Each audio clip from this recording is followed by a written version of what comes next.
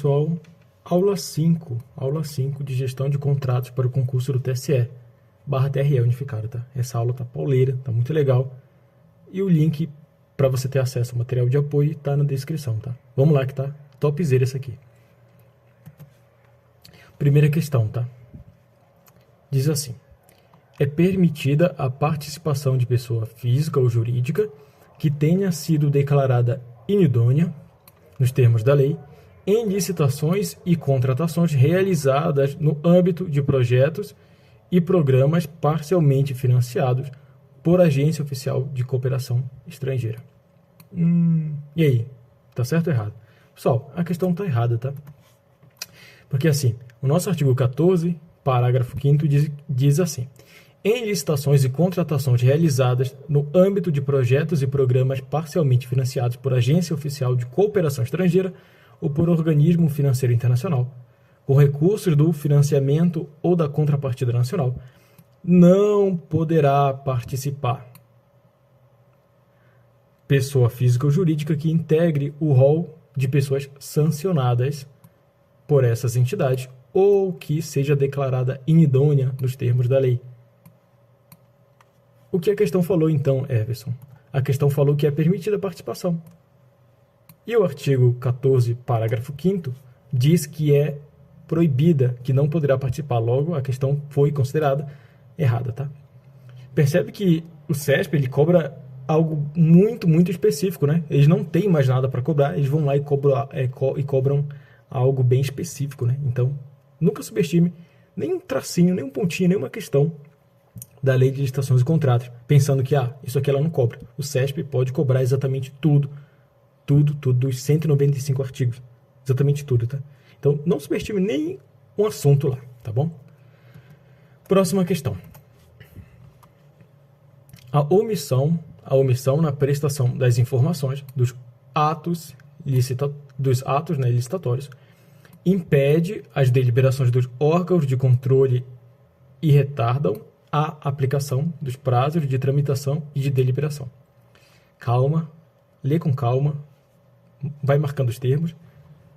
A omissão na prestação das informações dos atos licitatórios impede as deliberações dos órgãos de controle e retardam a aplicação dos prazos de tramitação e de deliberação.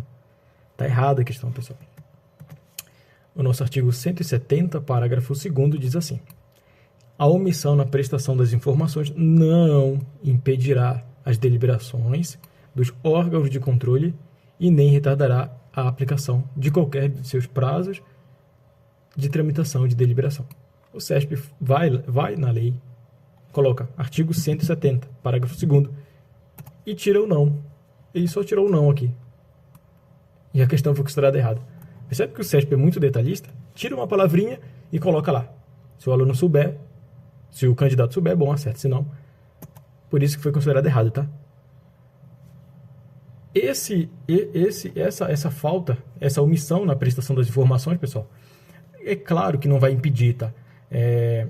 As deliberações dos órgãos de controle, tá? Tudo bem?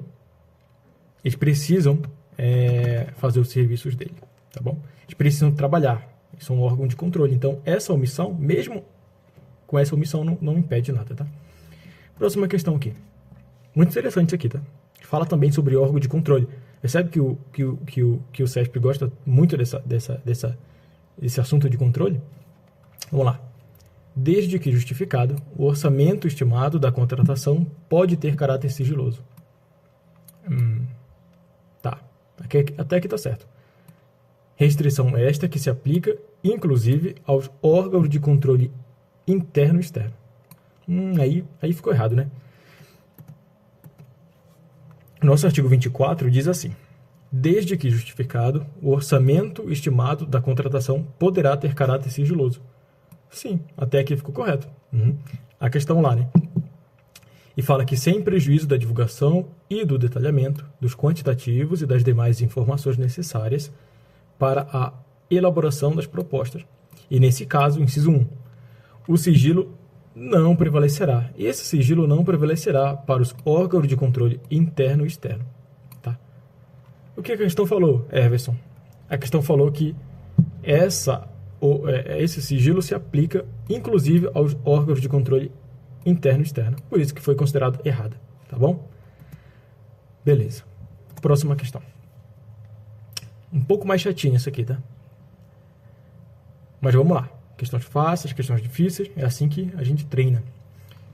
Para a elaboração de anteprojetos de edificações, ficam dispensados os pareceres de sondagem. O que a banca cobrou aqui? Ela cobrou o artigo 6º, né, pessoal? Conceitos. E a questão ficou errada, tá? Artigo 6º diz assim: para os fins desta lei, consideram-se... Aí eu trouxe aqui o conceito de anteprojeto. Não trouxe todo ele, tá? Diz assim: anteprojeto é o quê? É uma peça técnica com todos os subsídios necessários à elaboração do projeto básico. Anteprojeto, ó, é quase um projeto básico, mas é um anteprojeto. Ela tá dando... Ela é uma peça com todos os... como a própria lei diz, né? Com todos os subsídios necessários à elaboração do projeto básico, que deve conter, no mínimo, os seguintes elementos. Quais elementos são esses, Jefferson? Muitos elementos. Eu trouxe aqui só o que a gente precisa para resolver a questão, que é os pareceres e sondagens, né? O que a questão falou, Jefferson? Falou assim: para a elaboração de anteprojetos de edificações, ficam dispensados os pareceres e sondagens. A gente viu que não, que é parte integrante, é obrigatório. Esse no mínimo aqui, pessoal, é obrigatório, tá? Esse no mínimo aqui é obrigatório. Lê-se como se fosse obrigatório, conter, tá? E a gente viu aqui que pareceres e sondagem, então por isso não é dispensado, como a banca falou, tá? É obrigatório que contenha pareceres e sondagem no anteprojeto, tá bom? Próxima questão. Interessante isso aqui, tá? Serviços de engenharia são definidos, entre outros requisitos, como atividades estabelecidas por força de lei, como privativa das profissões de arquiteto e de engenheiro e de técnicos especializados. E aí, tá certo ou errado? Conceitos também, né? Percebe que o CESP também gosta muito de conceitos. Artigo 6º, inciso 21, que diz assim: serviço de engenharia, o que é? É toda atividade ou conjunto de atividades destinadas a obter determinada utilidade intelectual ou material, de interesse para a administração, e que, não enquadradas no conceito de obra a que se refere o inciso 12 do caput deste artigo, são estabelecidas por força de lei como privativas das profissões de arquiteto e engenheiro ou de técnicos especializados. O que a questão falou? Falou exatamente o conceito, que trouxe exatamente o conceito do artigo 6º, inciso 21, por isso que foi considerado correto, tá? Percebe que o artigo 6º é um artigo muito grande, tá, pessoal? Gigantesco, com conceitos, mas você precisa sempre estar aí com eles um pouco fresco na sua memória, de modo que você consiga acertar esse tipo de questão, tá? Propaganda, pessoal, propaganda. Próxima questão aqui. Essa questão é muito interessante. Ó, é de verdade, quando eu falo interessante porque todas as questões que eu trouxe aqui são interessantes, tá? Ó, os controles de qualidade e tecnológico, entendi, em obras, tá? Incluem-se no rol de serviços técnicos especializados de natureza predominantemente intelectual. Conceito de novo, tá? Nesse órgão do INPE aqui, o CESP cobrou conceito, tá? Então, bora, pessoal. Tá certo. Artigo 6º, inciso 20, inciso 18, na verdade, tá? Diz assim: o que são serviços técnicos especializados de natureza predominantemente intelectual? Aqueles realizados em trabalhos relativos a linha H, diz assim: controles de qualidade e tecnológico. O que a questão falou? Falou que os controles de qualidade e tecnológico em obras inclui-se no rol de serviços técnicos especializados de natureza predominantemente intelectual. E exatamente o que a nossa linha A do inciso 18 do artigo 6º fala, tá? Conceitos, por isso que eu falo. Sempre tem esses conceitos do artigo 6º, se não decorado, porque, claro que eu não aconselho aí você decorar todo esse artigo, mas tenha ele bem fresco na sua memória sempre, tá? para você acertar esse tipo de questão. Próximo aqui. Na contratação integrada, na contratação integrada, a responsabilidade pela elaboração e pela aprovação do projeto básico é da administração pública. E aí, tá certo ou errado? Tá errado, né, pessoal? Novamente, conceitos, né, do artigo 6º. Quando eu falo que a banca gosta de um assunto, vocês precisam levar a sério. Essa questão é muito interessante. E esse assunto aqui, sobre contratação integrada e semi-integrada, não é só o CESP que gosta, não. Todas as bancas gostam desse assunto. Vamos revisar aqui o que significa contratação integrada.